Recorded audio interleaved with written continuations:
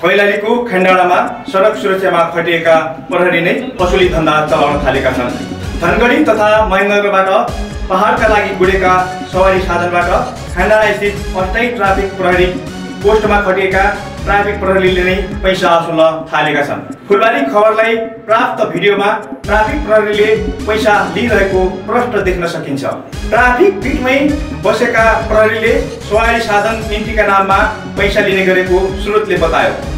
दशैं तथा तिहारका लागि पहाड जाने यात्रुका झोला, पोका, कुन्तुरा गाडीका हुडमा भरिएको देख्ने बित्तिकै ट्राफिक प्रहरीले पिटमै बोलाएर पैसा असुल्ने गरेका हुन्।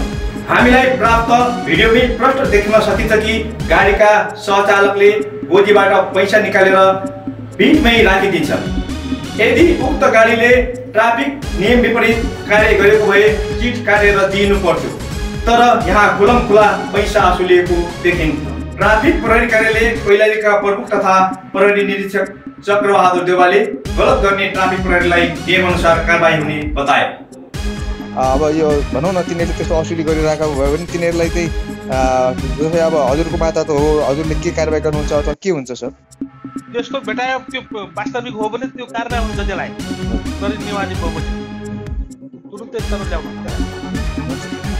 पटक पटक सवारी साधनलाई दुःख दिने गरेको र विवादमा आइरहने ट्राफिक प्रहरीको फुलबारी खबरलाई प्राप्त भिडियोले पनि ट्राफिक प्रहरीको चाडबाडमा असुली धन्दाको पर्दाफास भएको छ।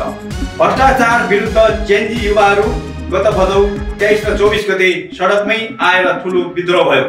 सत्ता नै ढल्न पुगेको केही दिन पनि भएको छैन, तर ट्राफिक प्रहरीले यसरी खुलेआम असुली धन्दा चलाउनु भ्रष्टाचार हो।